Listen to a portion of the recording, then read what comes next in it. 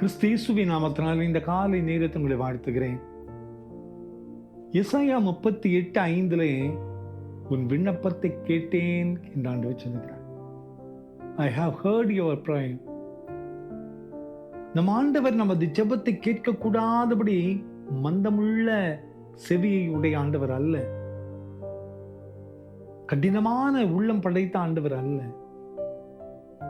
அவரை நோக்கி கூப்பிடுகிற மக்களுக்கு பதில் தருகிற ஆண்டவர். அந்த ஆண்டவர் தான் சொல்லுகிறார், உன் விண்ணப்பத்தை கேட்டேன், உன் விண்ணப்பத்தை நான் கேட்டு விட்டேன் என்று ஆண்டவர் சொல்லுகிறார்.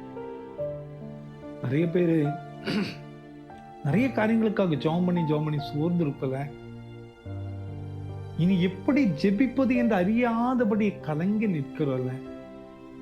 இந்த ஒரு காரியத்துக்காக ஆண்டவருடைய சமூகத்தில் எத்தனையோ நாட்கள் ஜெபித்து விட்டேன், எத்தனையோ உபவாசங்கள், எத்தனையோ இரவு ஜபங்கள். ஆனால் என்னுடைய வாழ்க்கையில என்னுடைய எதிர்பார்ப்புக்குரிய இந்த பதில் கிடைக்கலன்னு சொல்லி கலங்கி நிற்கிறீங்கள. நான் சொல்லுகிறார், உன் விண்ணப்பத்தை நான் கேட்டு விட்டேன் என்று சொல்லுகிறேன். அன்பான குடும்பத்தில் மக்களே, தனிமையிலே கண்ணீரோடு அவருடைய சமூகத்திலே பாரத்தோடு நிற்கிற ஒவ்வொருவரையும் ஆண்டவர் அறிந்திருக்கிறார். நம்ம கதறுகிற ஒவ்வொரு கதறுதலையும் ஆண்டவர் அறிகிறார்.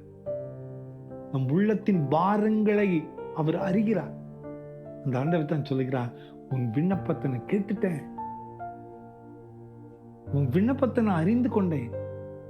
நிச்சயமாய் நம் ஆண்டவர் கேட்டுவிட்டு வெறுமனே போகிற ஆண்டவர் அல்ல, அவர் பதில் தருகிற ஆண்டவர். நிச்சயமா நம்ம ஜெபத்திற்கும் நமது முயற்சிக்கு ஆண்டவர் பதில் தரப்போகிறார். அந்த ஆண்டவர் தான் சொல்லுகிறார், உன் விண்ணப்பத்தை நான் கேட்டுட்டேன். அன்பான குடும்பத்தில் மக்களை சோர்ந்து போகாதபடி ஆண்டவருடைய சமூகத்திலே நமது ஜெபத்தை ஏறெடுப்போம். முழங்கால் படிக்கிடுகின்ற பொழுது நிச்சயமாய் ஆண்டவர் நம் அருகே வந்து நிற்கிறார். அவருடைய பிரசன்னத்தை உணர முடியும். We can feel the presence of God. நாம் ஜெபிக்க முழங்கால் படிக்கின்ற பொழுது அவர் நம்மை தேடி வந்து நம்மோடு கூட இருக்கிறார். இன்னைக்கு நான் ஜெபம் பண்ணுவேன், நான் யோசிப்பேன், நான் ஜெபிக்க அமரும் போது என் அருகே ஆண்டவர் இருக்கிறார் என்ற உணர்வு எனக்குள்ள வந்துடும். எப்படிப்பட்ட பாரமானாலும் சரி, எப்படிப்பட்ட காரியமானாலும் சரி, ஆண்டவர் கேட்பார் என்ற ஒரு நம்பிக்கை. அதே போல ஆண்டவர் அற்புதங்களை செய்தார்.